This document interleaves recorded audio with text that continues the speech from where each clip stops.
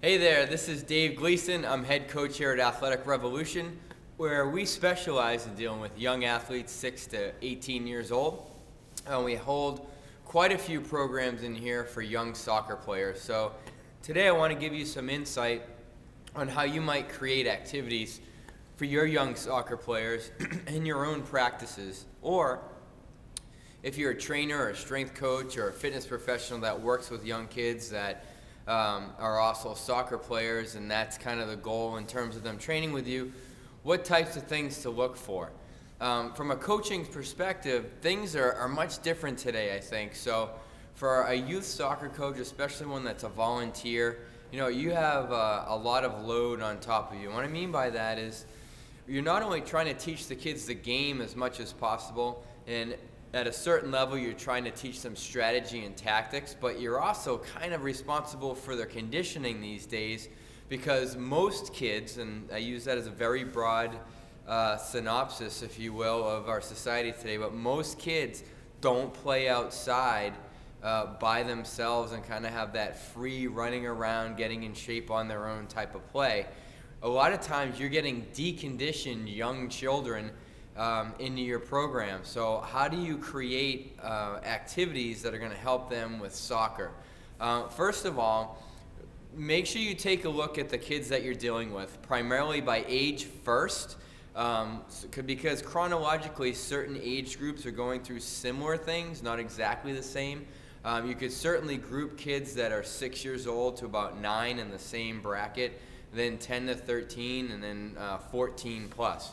But as a general rule, for any age group really, if you start out with the kids having the ball at their feet, that's going to be a huge benefit to you for a couple of reasons. One, it's going to help with your overall conditioning for the kids. You can certainly turn even just dribbling inside a confined area, maybe the 18-yard box or a space that large, where they're continually dribbling into open spaces, and try to acknowledge that with them that soccer is a change of direction and a change of speed. So see if they can't change their speeds and change their directions constantly. They're going to get a lot of touches on the ball. And that's one of the other big issues when you're dealing with the skill sets of a specific sport. Scrimmaging alone does not get that done. If you were to actually watch a soccer player, even at the professional level, the amount of time that they have the ball at their feet is very, very, very minimal. It's less than 30 seconds. I can't remember the exact amount of time, but it's much less than 30 seconds, and that's in a 90-minute game. So in terms of overall skill development and conditioning, make sure you have the ball at their feet as much as possible. On top of that, make it as fun as you can. Most of these kids are not going to move on past the recreational level. Some will make the high school team. The current studies or statistics show us that about 5.6% of the best young athletes actually play at the college level. And from there, of that 5.6, it's about 1.6% go on to the pros. Overall, it's about 0.06 of our total population. So your goal should be fun first and overall development second, or maybe 1A and 1B.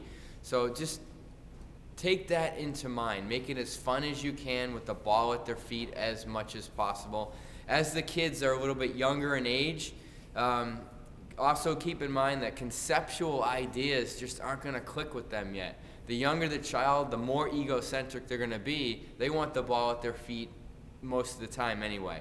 Every now and then you'll see that kid, especially even at the U6 level, that can actually pick out an open player on their team and actually pass the ball. But as you know, if you've dealt with kids in the past, that's somewhat rare. You might have one, maybe two kids on a team that can do that. So just some thoughts for you as it's springtime here.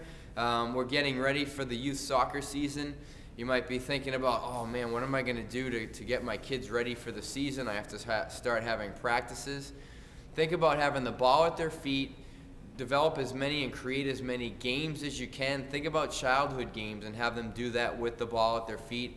Let them have as much fun as possible. as much as you can. The younger they go, stay away from lines, laps, and lectures. We kind of use that. I got that from MASH Youth Soccer in a course that I took once. It's a great saying, no lines, laps, or lectures, especially for the younger kids. So I hope you can take this information. I hope it helps you out if you're a youth soccer coach or someone who works with young soccer players.